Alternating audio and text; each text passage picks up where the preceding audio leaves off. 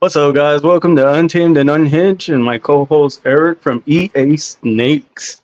So we're gonna go ahead and bring our guest out, get started, because I don't think there's anything with US Arc right now. It's still the same. And our guest is Leticia from Betta Teesh. Let's bring her out. Hello. Hey, Leticia. So go ahead and tell us a little bit about yourself, what you work with. Yeah, so my name is Leticia. I'm 26 years of age, and I work with Better Fish. So what started that is my parents loved Better Fish, and they were breeding them, and they had so many of them. And yeah, so I've also got that passion for Better Fish, and yeah, I'm just obsessed. Like, um, That's So awesome. I'm like, so white fish over snakes and reptiles. yeah. Sorry, I didn't. No, I said white fish over snakes and reptiles. You just don't like the reptile?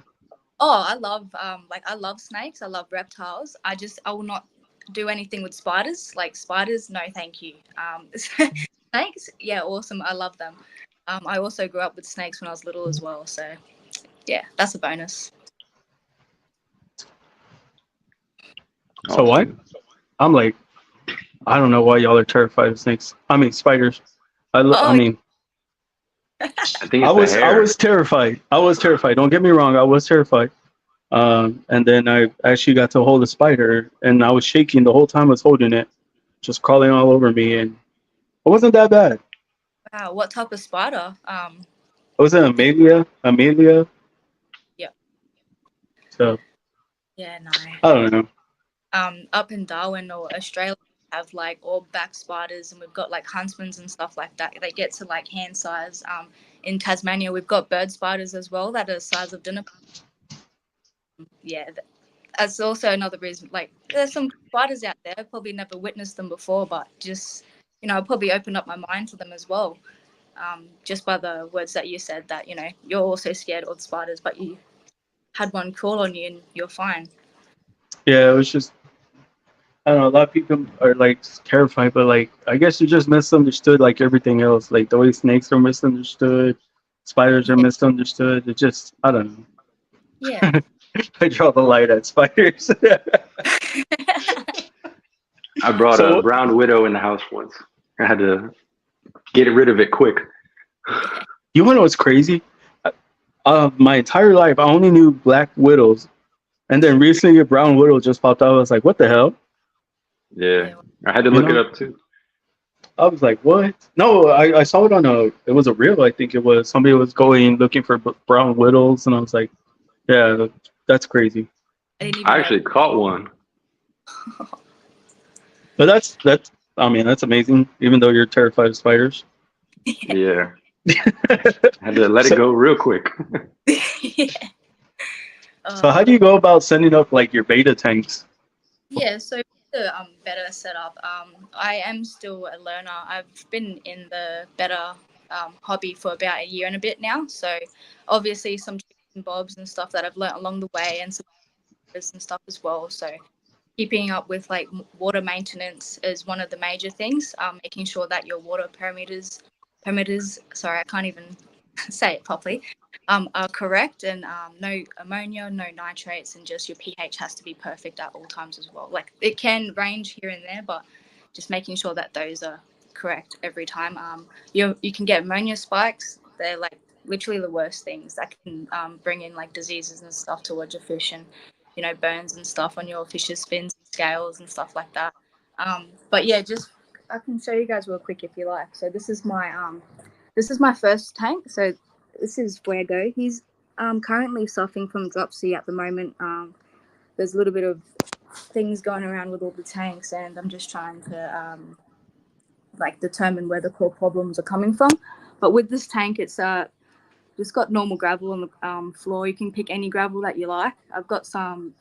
What is that one called? This one's called banana lily. So it actually is attached on the wood there. You've got your duckweed and some floating plants as well. What are they? Hornworms, I think. Um, but yeah, just see how that water's a bit brown as well. It's from the Indian almond leaves, so they're actually very beneficial for your bedders. I've got some in here as well. This is Poppy, guys. Everybody meet Poppy. There's also got some bumblebee gobies in there as well. So yeah, bettas actually can have tank mates, just depending what they can be, like guppies and stuff like that. These are my babies that I've actually bred myself. So there's 4 of them in there, and yeah, they're actually growing very nicely. These guys are about maybe 2 months old. And then I've got my other up here. So they're a bit dark at the moment. These guys are actually my hospital tanks. I've got Alien up here. You won't be able to see him as well as much. Like, he's just here.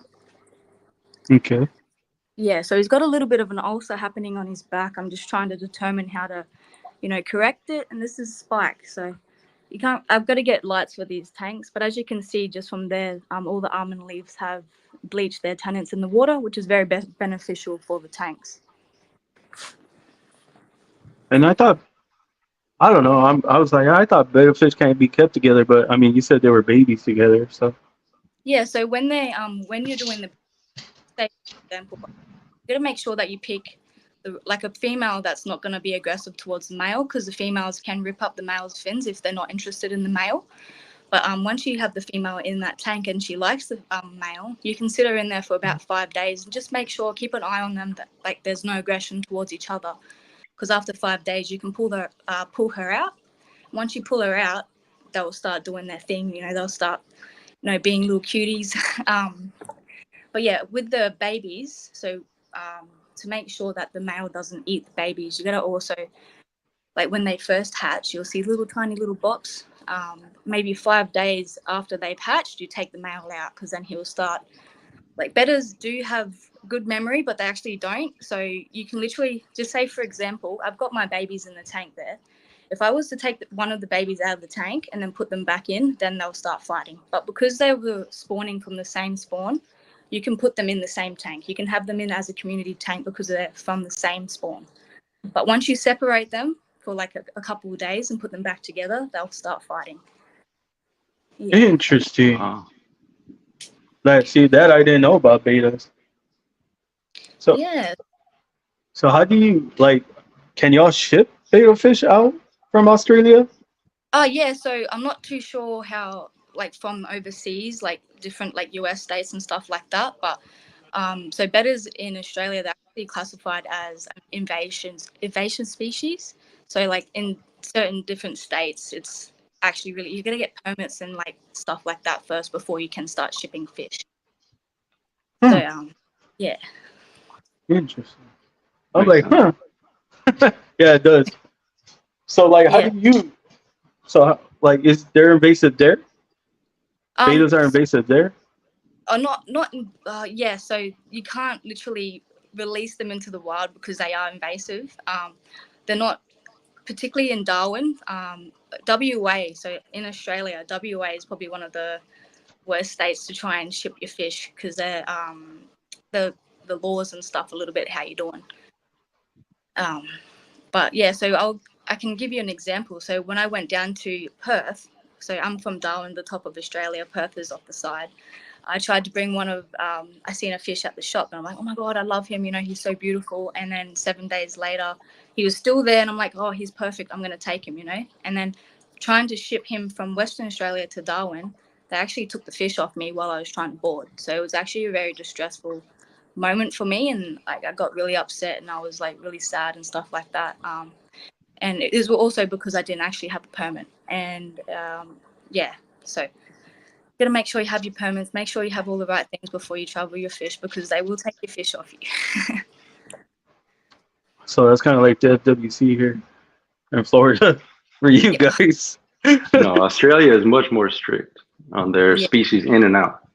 Yeah, especially with like plants too. Like you can't have and fruits as well. So it just depend on what it is, and the security at the airport as well. You just got to get past them, and then you'll be all right. Holy smokes!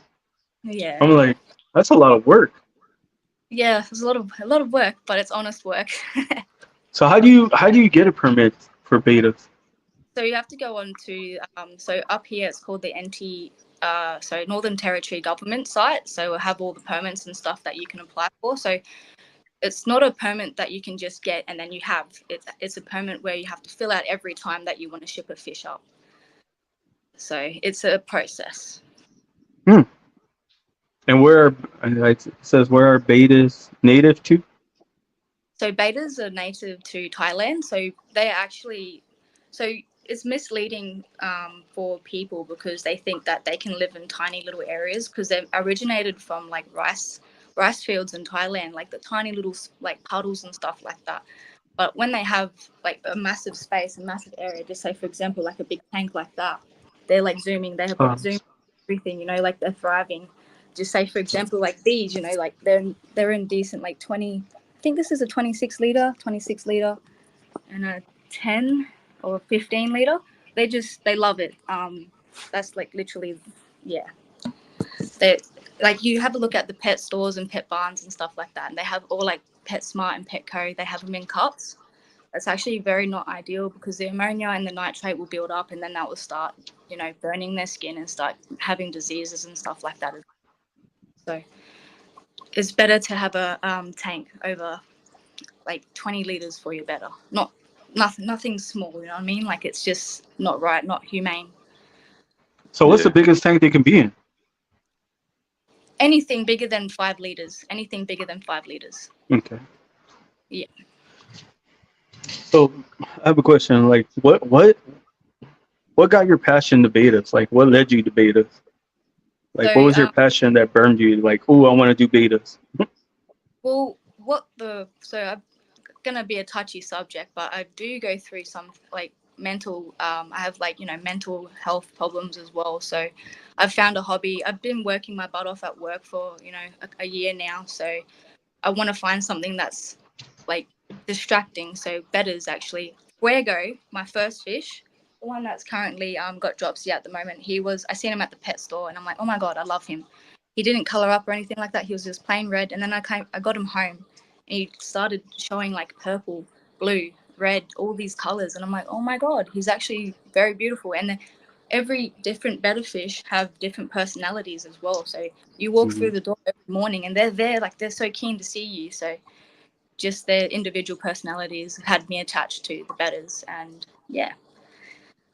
I feel like that's like that with the reptile world too. Like for people who have PTSD or, you know, sometimes they say that when they go into the reptile room, it helps them release some stress, like takes their mind off things, keeps them busy. So I understand that completely.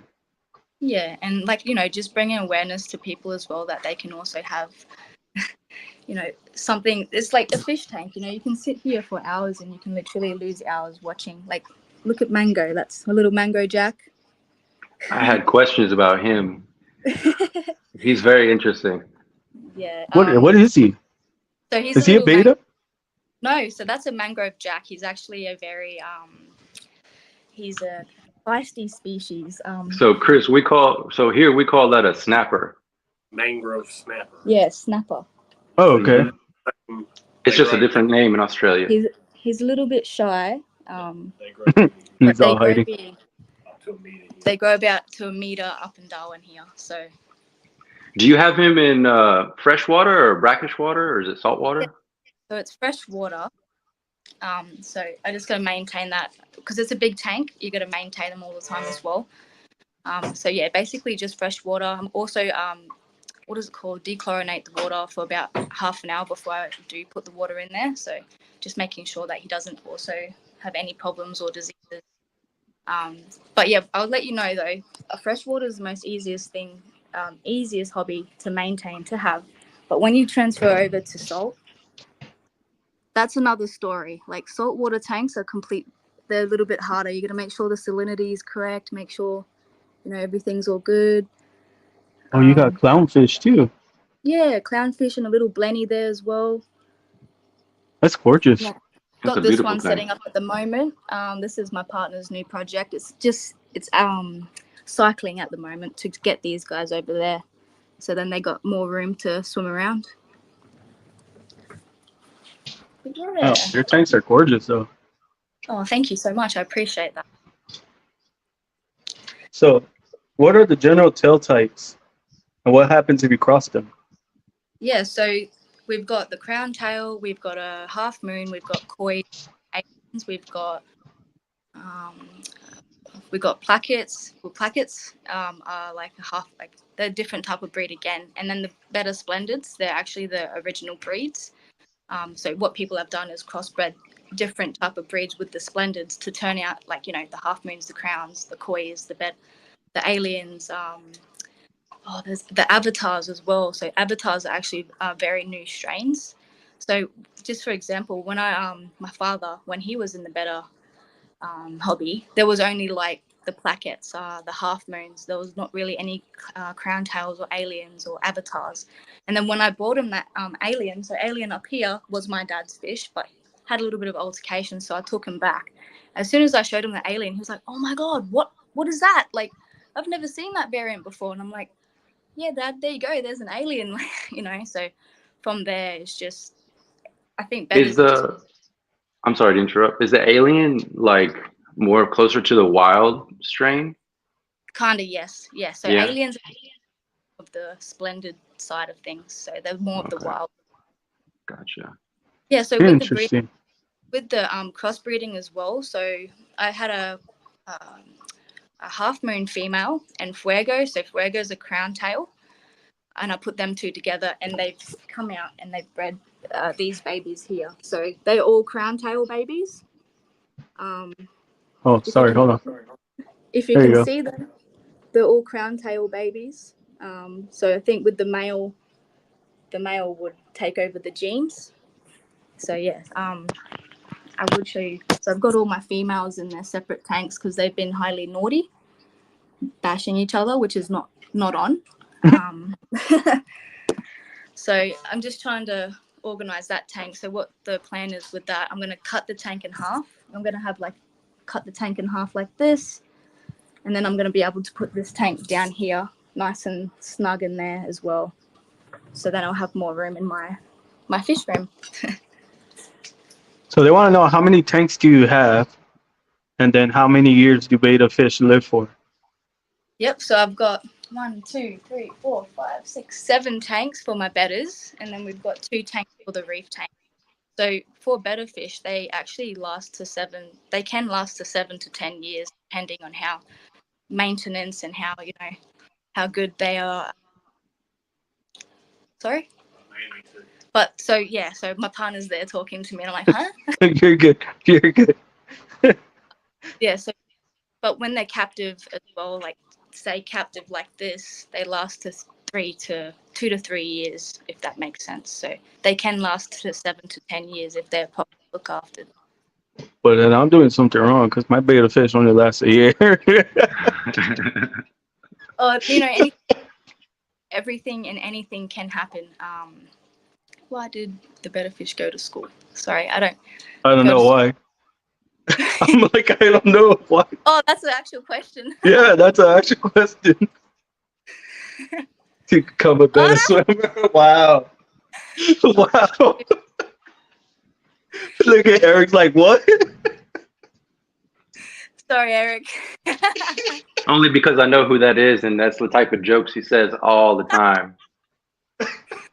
That was good, though. That was good. I give him that. That was very good. Thank you. So how long do eggs take to hatch? So they actually take about 5 days. So Damn, that's quick.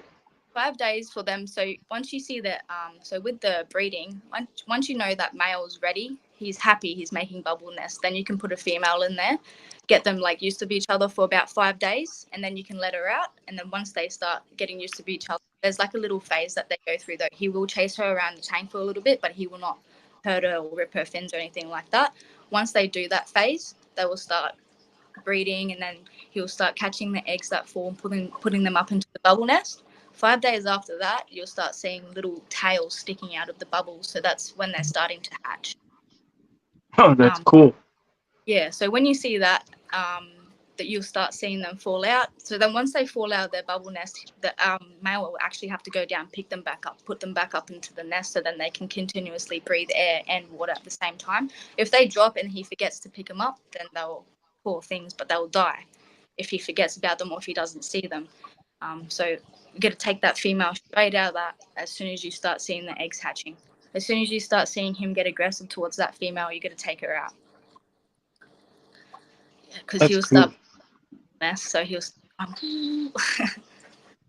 Do you heat your water at all when, or I guess when you keep them, do you heat the room or you just have individual heaters? So in Darwin, it's a little bit hot up here, so it can get to like 36 to 38 degrees. So I don't Gotcha. use heaters in the bigger tanks because I do have the aircon on during the daytime only at like 25 degrees. So then they do have kind of a coldness because up here it's a bit humid and very hot. Oh yeah, you're in Australia, right? So I was like, wait, what? Okay, yeah. I'm thinking she's in the States, like Florida or something, Texas. I was like, wait, what? Yeah. Yeah, because sometimes people keep them in the air conditioning and it's a little, people keep their house at 70, So 72. It's a little cold. So good thing you said that because I do keep them in a AC house, of course. So right now I have 2 upstairs and they're like temperature throughout the night. I want to say it's like 70, 69 degrees inside. It's cold. So I don't know if that's a good temp for them. Is that your betters? Yes. Yeah. So usually a temperature, I'm not really good with Fahrenheit, but with temperature wise, it's good to have them at 20, 26, 27 degrees. Yeah, so that's a good warming temp for them. So that's like 70 Fahrenheit, 72 Fahrenheit, maybe. Okay. Yeah, so that's a decent heat range for them. Sorry, I'm just reading the comments. The comments are funny. They're- It's a classic. So how do you go about, like, how often do you change the water, like to condition them and keep it clean and stuff like that? So with the water changes, today's actually the water change day. So I do it so today's Saturday, it's nearly 12 p.m. at lunchtime. So I would do it as I wake up, so probably 10 o'clock in the morning every Saturday. So that making sure that the nitrates are low, the ammonia is low, and the pH is just right. So for those who don't know, it is Saturday for her and Friday for us. So that's why she's saying she's going to do them right today at 12. Living in the future, guys. Do you use tap awesome. water? Sorry? Do you use water from your tap or do you use like a certain type of water? So I'd actually use tap water, but with that I would have to acclimate it or just let it sit for about half an hour. I usually use this, so it's a stress coat. Mm-hmm. So this is a good one, and then this is one that I also use as well. So I let that sit for about half an hour to 45 minutes, and then I put it in the water. So also making sure that the water that I'm putting in is room temperature before you're putting it in there as well, because you can burn their scales and harm them. See, that I didn't know. So I'm probably doing something wrong. I'm probably killing their scales and they're dying after a year. So yeah, oh my goodness. They say that betta fish are hardy fish and that they're easy to maintain, but they're actually really not. And when they say that betta fish are good for their like a first fish to have, they're actually not the best first fish to have. Like a goldfish is probably better than having a betta fish, if that makes sense. But betta fish, they're beautiful. They're like astonishing. Their colors, they range from, and they're specific things. Like I made this the other day out of resin. Oh yeah, I saw that. Hold on. Yeah, that's beautiful. So this was actually made out of resin. So I got like a nice blue, purple, pink, and it like turned it like, look how beautiful that is from. That's gorgeous. But yeah, I was just thinking of making these and maybe just using them as decorations and stuff like that. So this question's hilarious. What does the future look like? What does the future look like? It looks amazing. I mean, it's another day, right? Different day. No. But yeah, no. Is it? Yeah. So I know I should have asked this before I asked you, like, how long do eggs hatch? I should ask you, like, how do you introduce the male to a female? Yeah, so what I've got, so you can easily go to a pet store and you can get, so the bags that you get the fish from. Okay. You can collect these bags and then cut that in half. And then you'll be able to get some water out of that tank that you're breeding them in, put it in here, and then put the female in there as well. And then literally you can grab a peg it up on the side of the tank, and you can let her sit in there for 5 days. And then once that 5 days period is over, you can let her out, and then you can take that bag straight out. That is So cool. it's just easier options instead of. Just give me a moment. I've got another thing.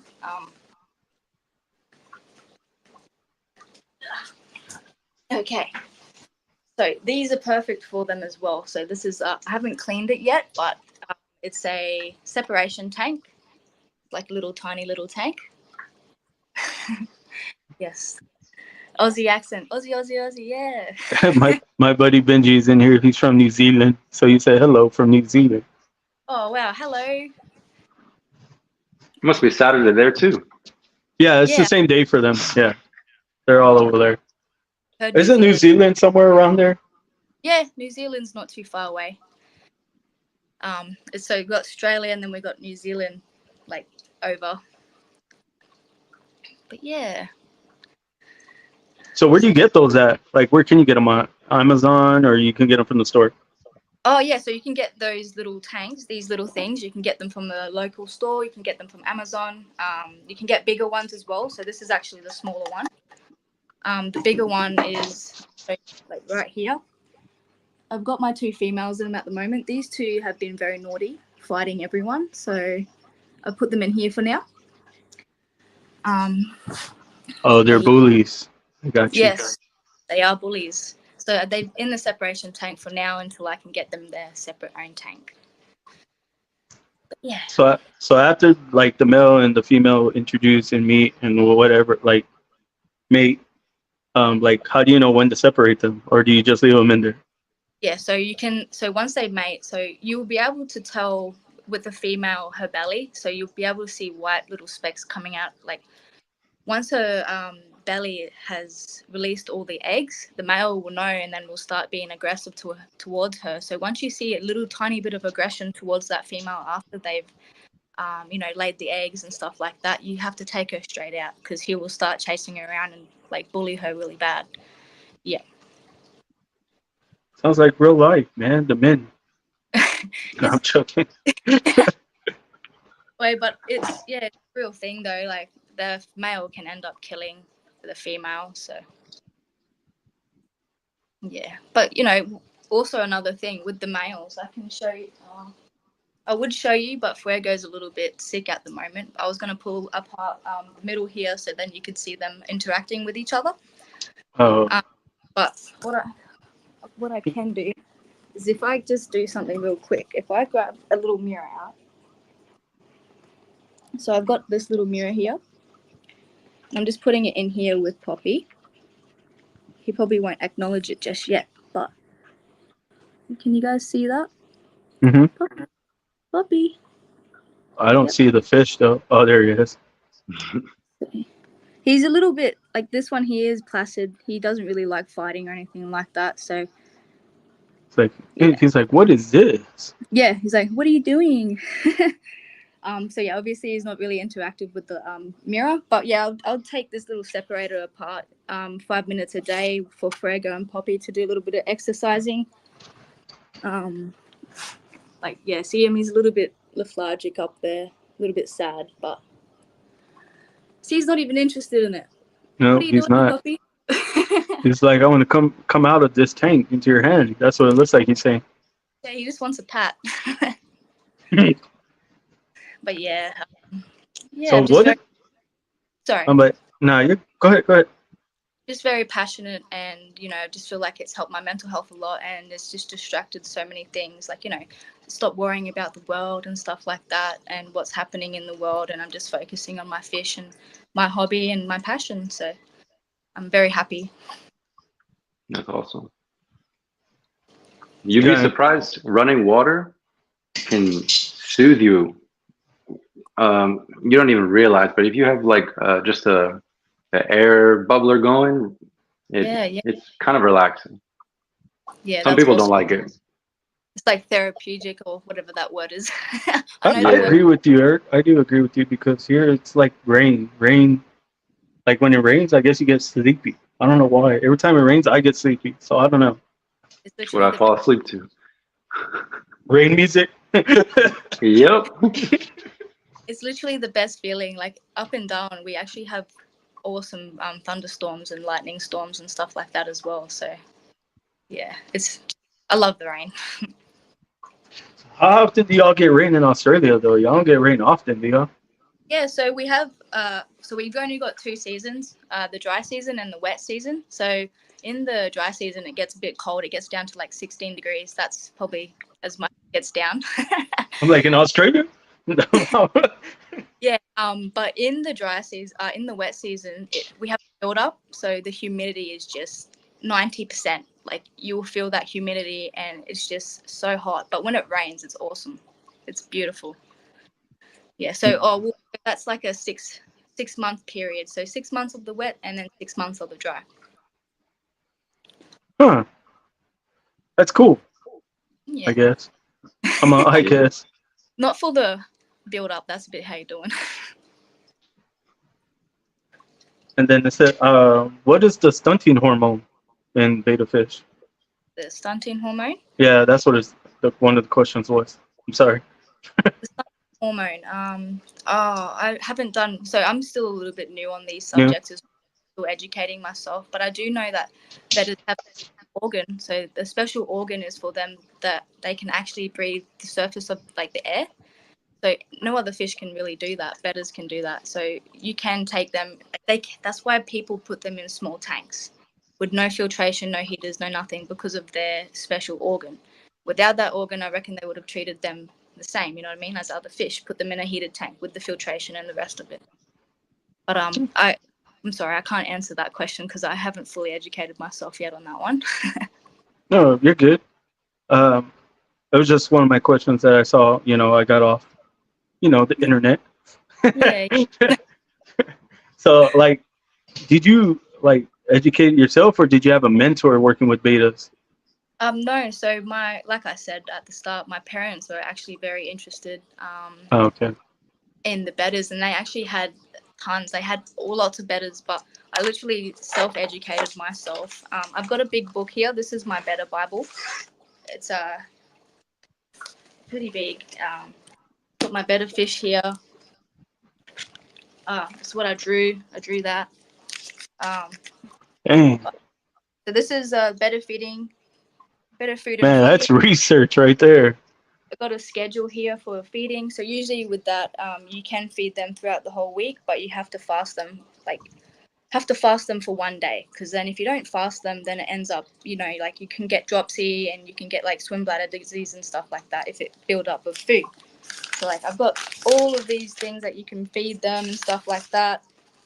I've also got a page for all the Betta diseases. Oh, where is it? Yep, Betta diseases, all the causes, what they do, and also the medication as well. So like, if I ever get stuck and if I ever need anything, I'll just refer back to this book. Also, it's funny though, because in Australia, we can't access this stuff. I have to order that off of Amazon, which is unfortunate. I wish it was actually in our stores. The next page is the acclimation. Making sure that you acclimate your fish properly, making sure that you do all the right things. Not much on this page, but I'll be getting there. And then the travel. So when you're going traveling and stuff like that as well. Just the steps and stuff for my friends if they come over and feed my fish. But yeah, there's so much more for me to add into my book. It's still a learning curve, and yeah. That's amazing though. Like, I didn't even know if beta fish can get disease when you were talking about it. Like, what kind of diseases like you talking about? Yeah, so bettas, if you didn't know this, bettas can actually get cancer. They can also get ulcers, so they can get dropsy, so Popeye as well. So I can actually go through if you like and just tell you what these diseases are. So we've got sorry guys, I'm a bit awkward with my arms. So we've got dropsy, hole in the head, ick, fin, tail rot, Popeye, swim bladder disease, tumors, and velvet. So, just making sure when you come across these diseases, you do the research so then you know what bacteria are in these diseases and how you can cure them. So right now, my poor Frego, he's actually going through dropsy. So his belly is not exactly like that at the moment, but with dropsy, which means that his organs and the internal side of his belly is building up fluids and he can't pass it through. So the best thing to do with dropsy is don't feed them and let them fast for a little bit as well. So yeah, with the where's the diseases? Yeah, I kind of started doing that with retics because before I came into the reptile hobby, I was a ball python. Like I got into ball python because they, you know, when I came in, I was new. Yeah. And I bought like 50 ball pythons thinking I was going to get rich quick. You know, I did the spontaneous buy thing. I thought I was going to get rich. And turns out ball pythons wasn't what I liked. So I I met somebody at a expo, D&T retics. They put a retic in my hand, fell in love with them. Next thing you know, I had 2 retics. And then, like, I'm like you, I'm doing the research here too. See, Calatoas, Jumpeas. Like, that's how you know when you're passionate about a species is when you start writing your research down on paper. I 100% agree with you. That's how you know that you're passionate, that you want to, give them the best life as well. So. And I just found out, like, oh, go ahead, Eric, go ahead. I'm sorry to interrupt you, Chris. I had a female beta sorority, and a few of them developed dropsy because I was just feeding them every day, thinking you're supposed to feed them once a day. Yeah. And you could tell it was it looked like a swim bladder issue because they would go down and then almost float back up. Yeah. And then eventually they would start pine coning, which is when their scales start looking like a pine cone. Yeah. And it's not great to go through. It's the best experience. No, I'm sorry that you had to go through that.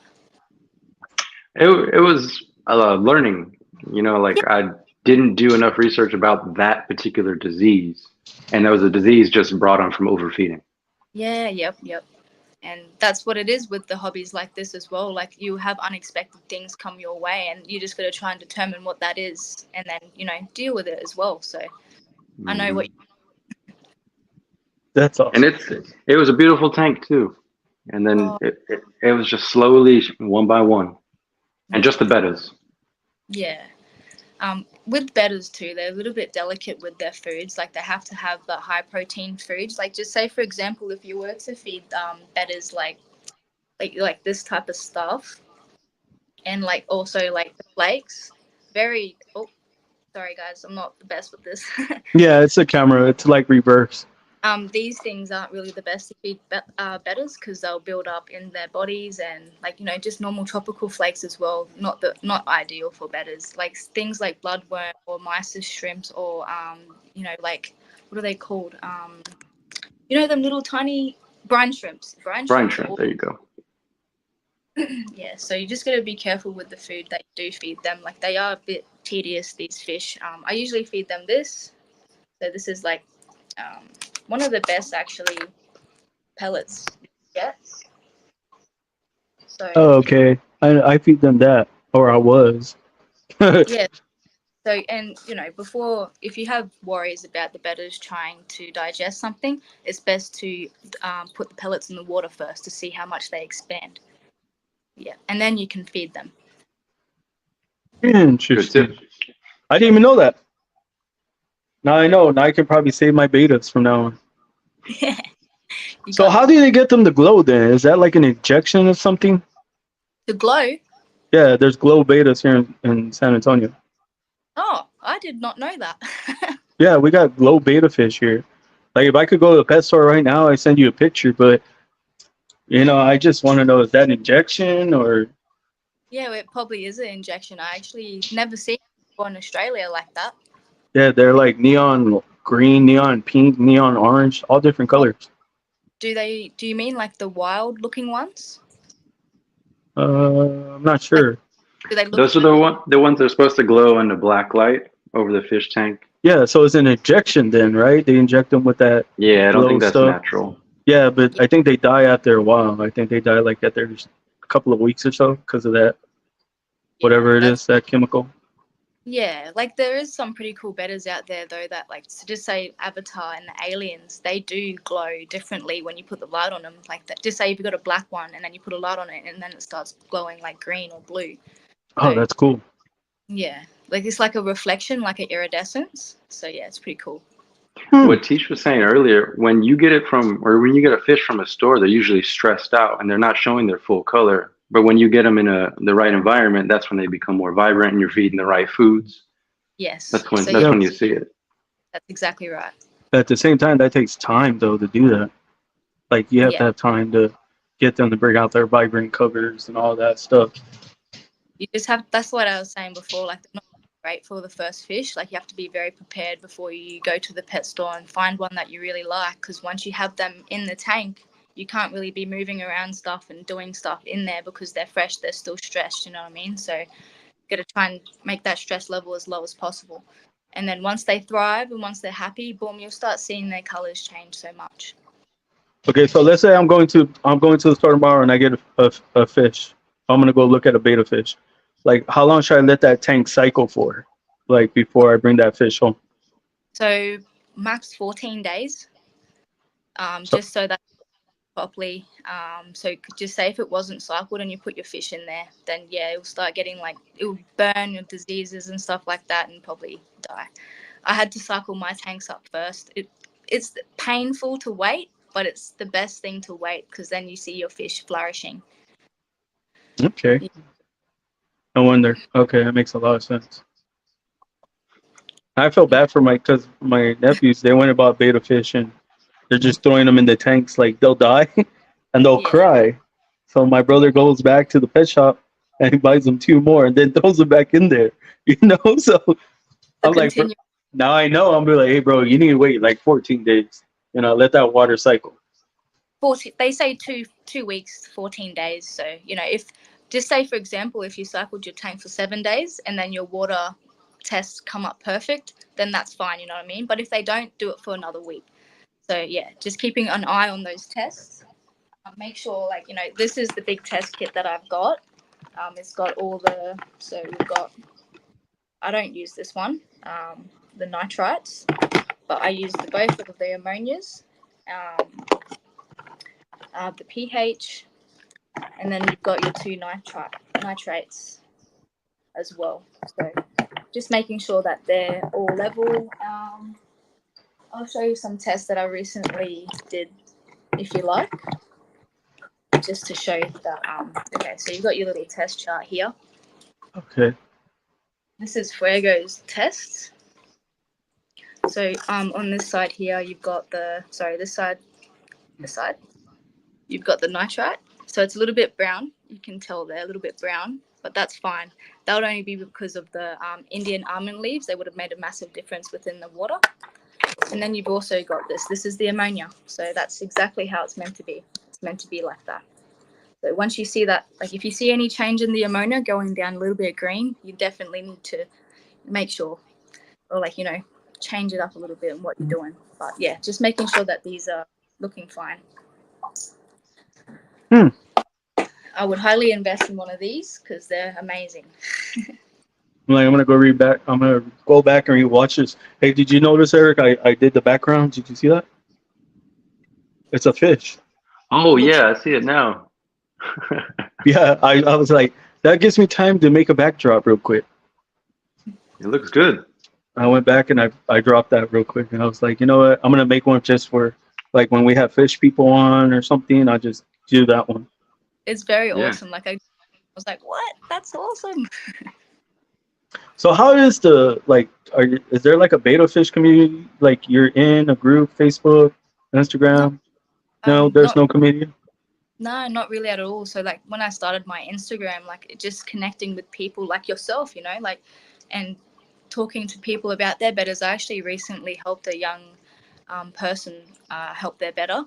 Their betta was feeling lethargic and they were sitting on the bottom of their tank, and he was showing me videos and giving me a call and stuff like that. And I literally ran through a couple of things to help him, and his betta's thriving today. So I'm actually very happy and proud to connect with the people, support the people, and bringing positive vibes to people as well.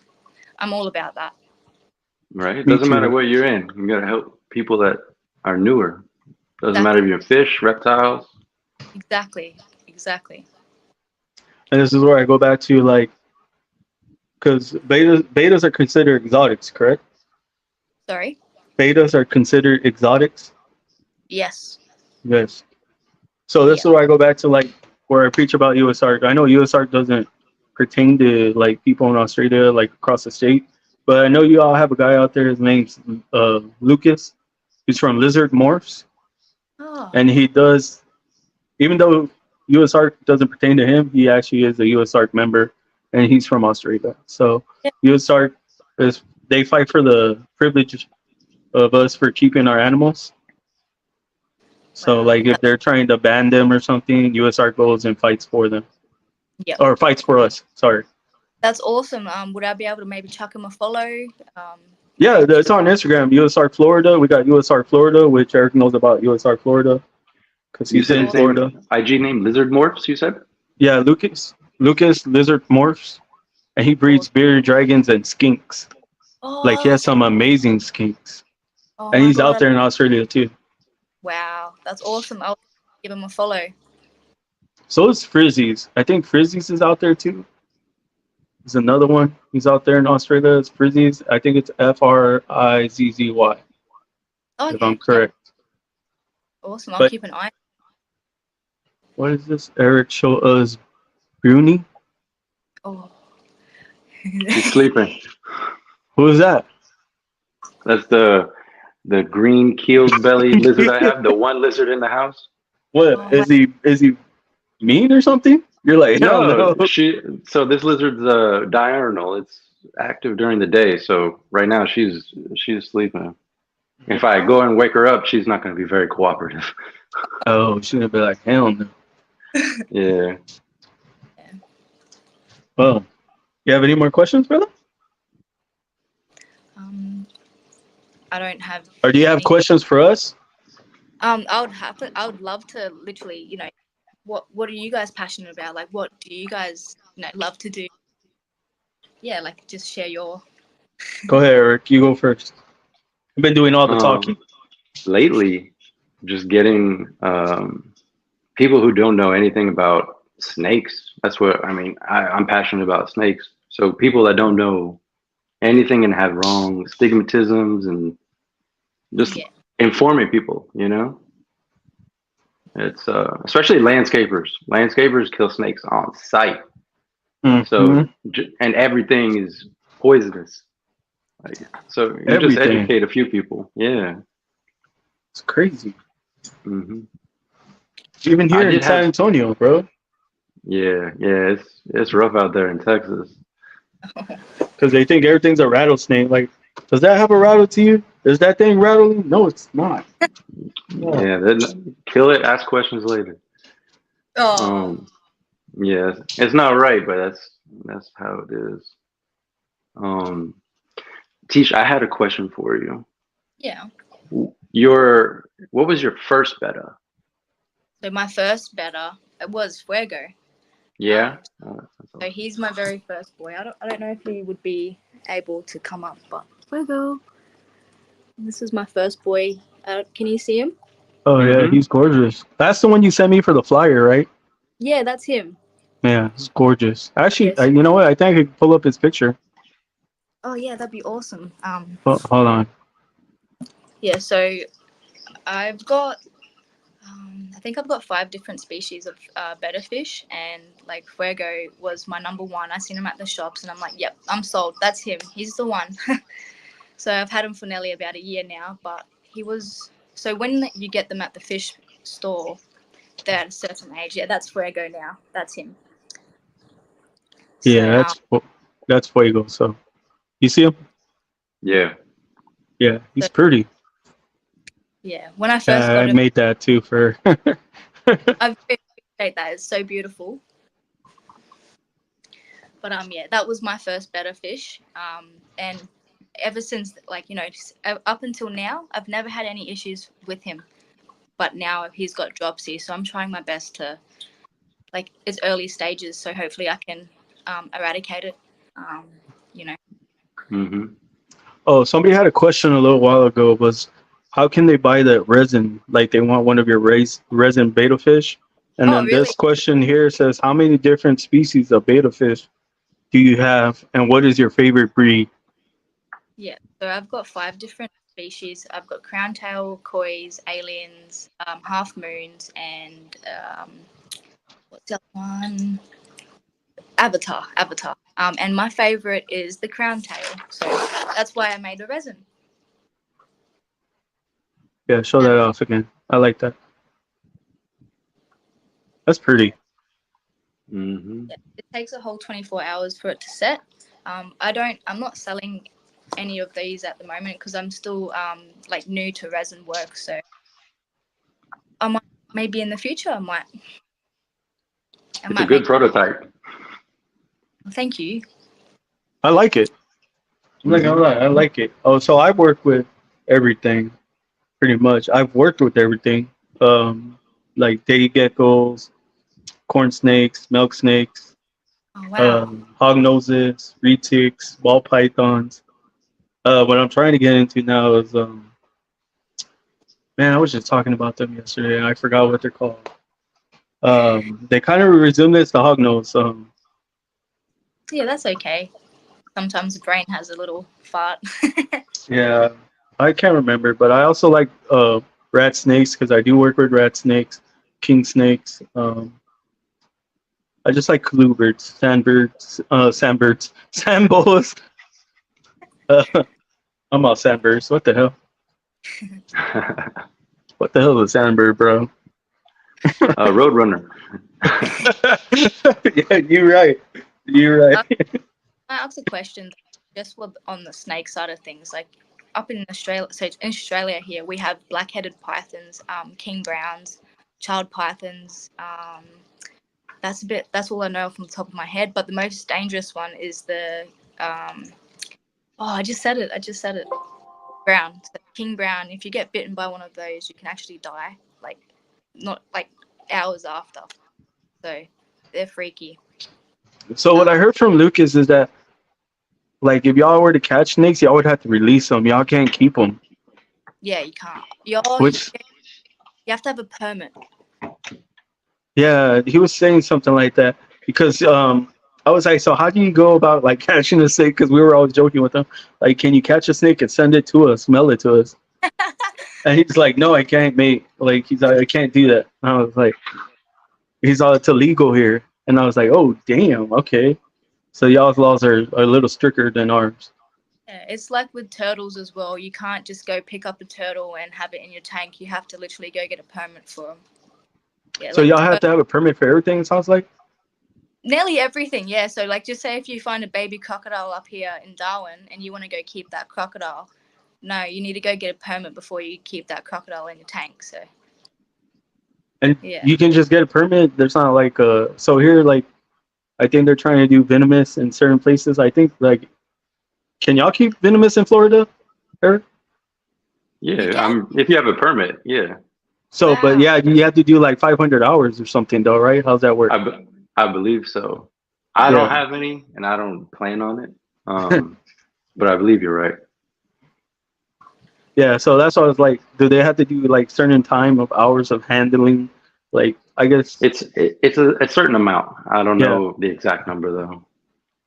Yeah, because they would be. Sorry. No, I was just gonna say here in the States, that's what they got to do. So that's why I was asking: do they have to do hours over there in Australia, or no? They can just get a permit.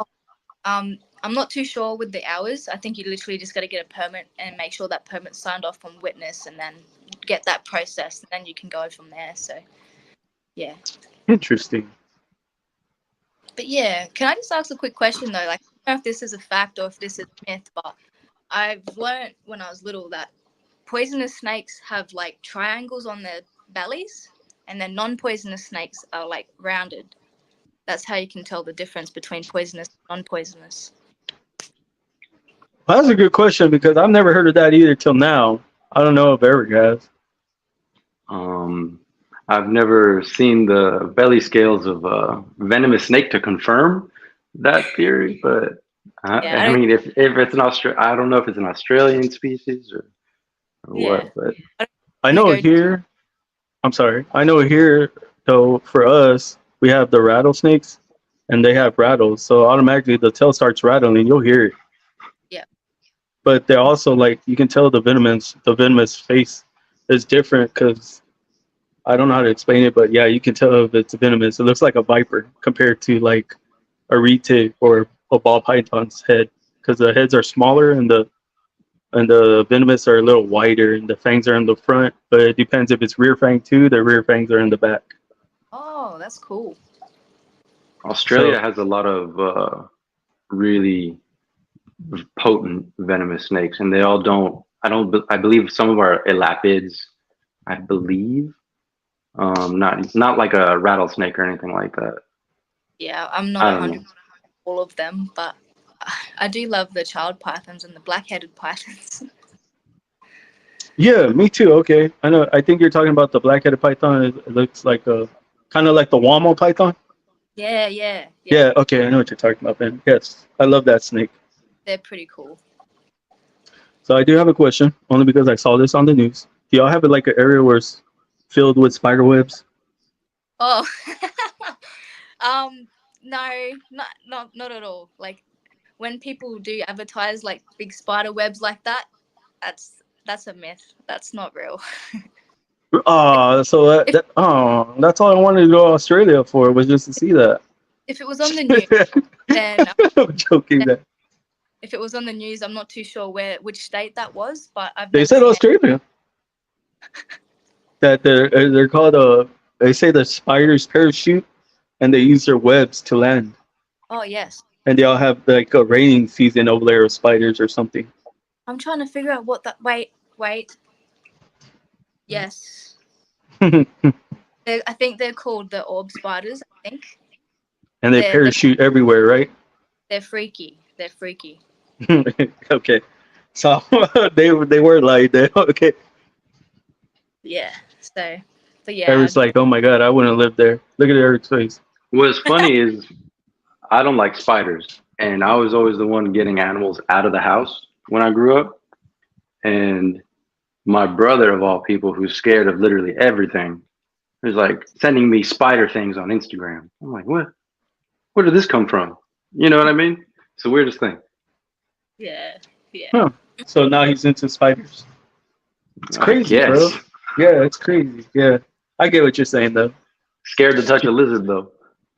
It's like my brothers. Some of them are scared to touch lizards. Some of them are scared to touch snakes. But when my niece and nephew come over, they're like, "Yo, can we see your snakes?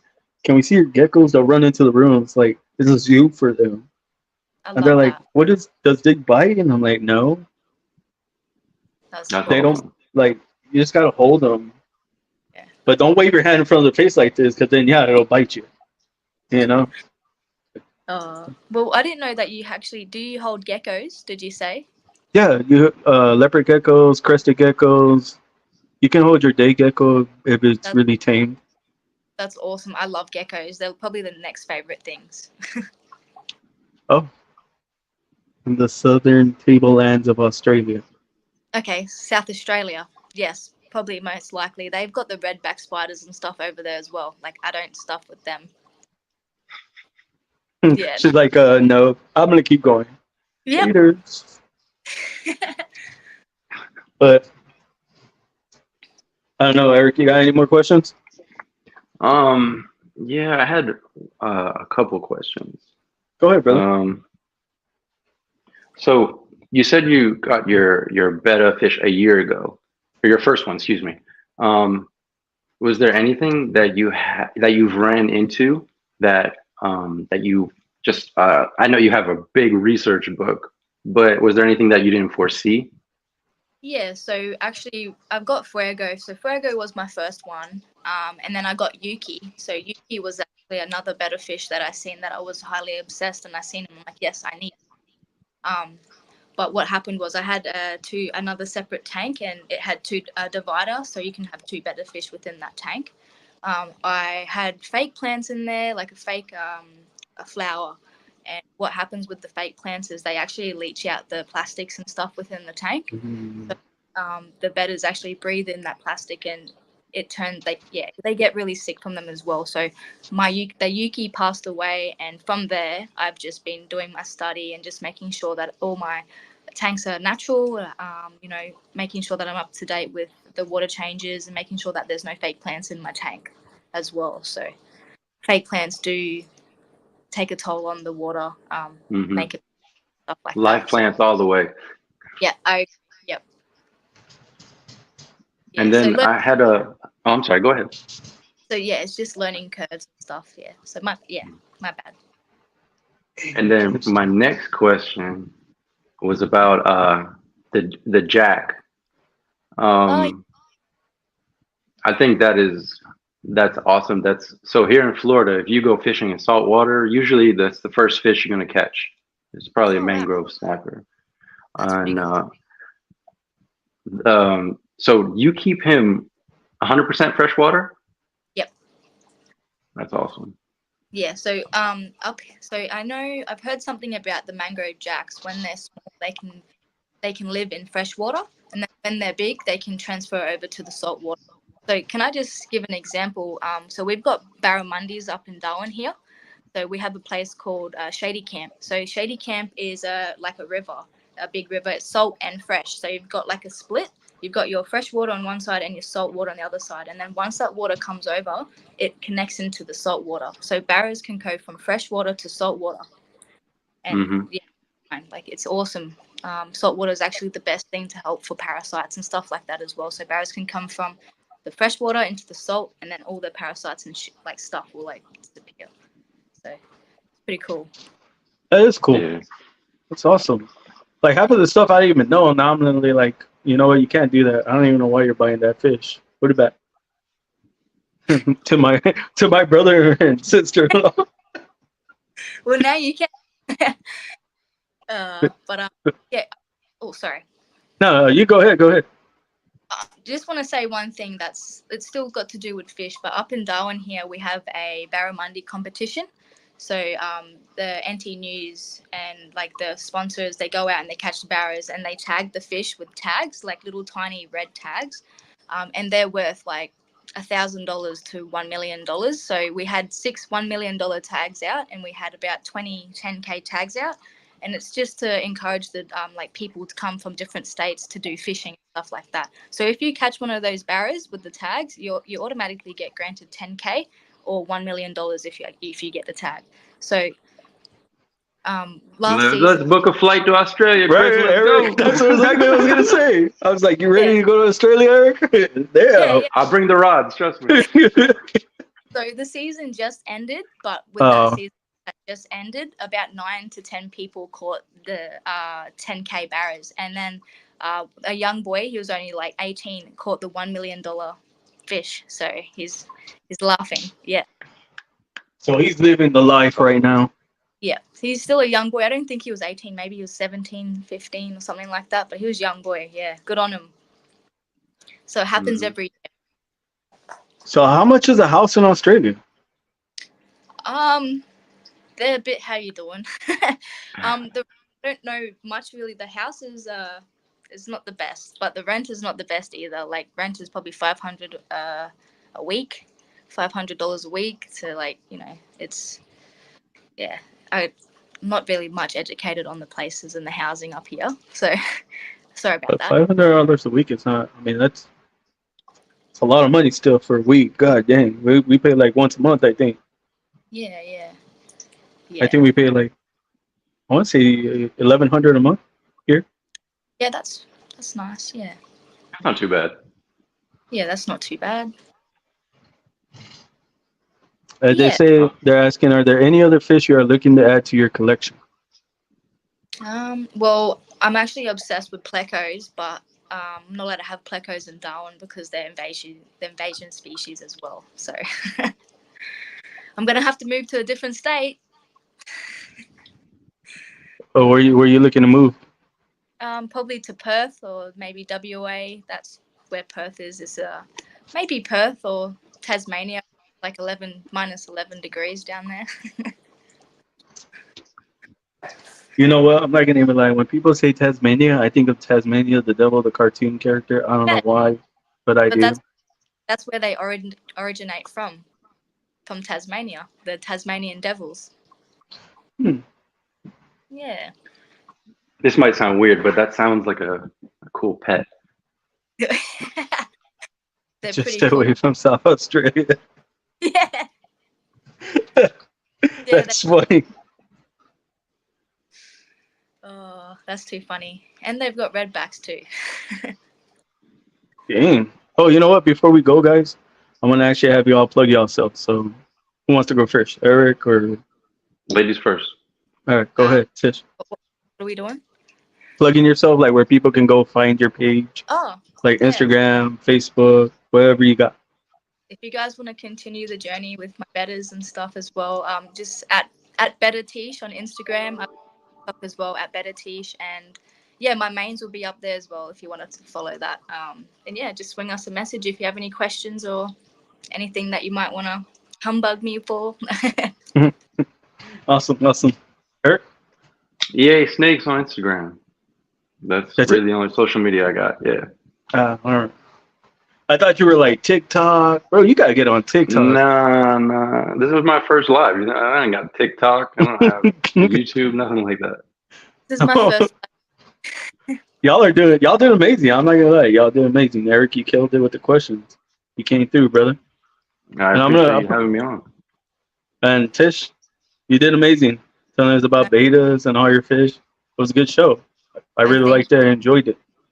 I thank you guys both for giving me the opportunity and for sitting here listening to my annoying voice. Like, I really appreciate that, guys. Thank you so much. Thank you for the information. It was new information that some of the stuff I've never heard either. Awesome. That filled my heart. Thank you. Yeah, for real. Like, I had questions, but I mean, you outdid these questions. So, I mean, it was great. Appreciate it. I'm excited for our next podcast if you're ever excited as well. So. Oh yeah, I'm always gonna bring everybody back for a part 2, and Eric will probably be with me on that one too as well, if he doesn't mind. I'll be here. Yes. See, they say you couldn't have been better.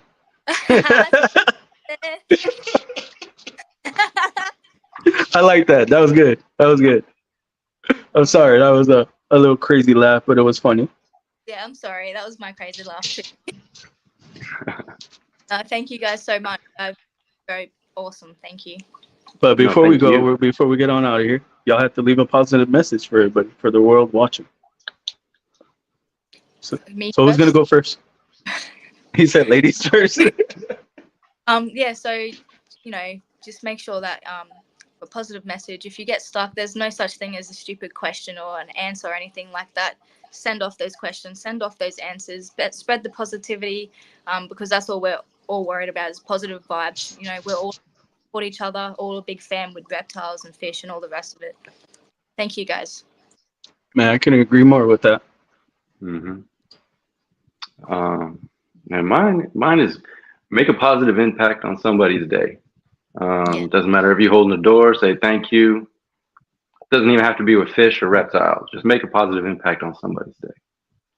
Compliment a stranger. Just make their day feel better. I totally agree. You don't know what somebody's days, what their days will be. So they could be having a really bad day, and you could actually help them with giving them a positive vibe back. So I agree. All right, I got a really tough question for both of you. It's the last one, and then we'll head on out of here. So the tough question is, what y'all think of the podcast? Amazing. I loved it. It was fun. Appreciate it. I love it. I'm excited just to be here. The positivity, can't beat it. So I barely met Eric, like, what was it, 2 weeks ago maybe? You popped into the live? Yeah, I found your podcast maybe 2 or 3 weeks ago. And now look at him. He's right here as a co-host. Check it out. Yeah, I was watching Ladies Night this morning. Oh, wow. What'd you think of that one, bro? Honestly. I liked it. Getting different people's perspective on different aspects of the hobby or businesses. It's just good to hear other people's positive messages and what they're going through. So I will announce this right now because it's going to be at the end of the month. I'll be making a flyer. It's going to be the biggest hognose show ever. I got Jeff from, I don't know if y'all know who Jeff is, from JMG Reptiles or JMG Hogs. Sorry, Hognose.